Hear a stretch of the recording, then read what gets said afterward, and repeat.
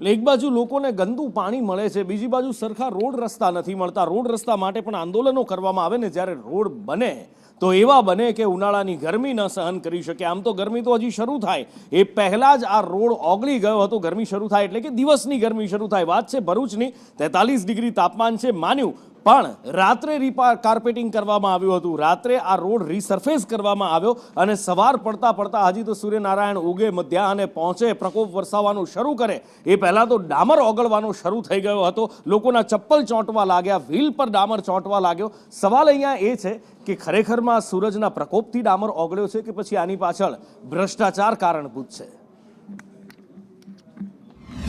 હું અહીંયા રિક્ષા ચલાવું છું ભરૂચની અંદર.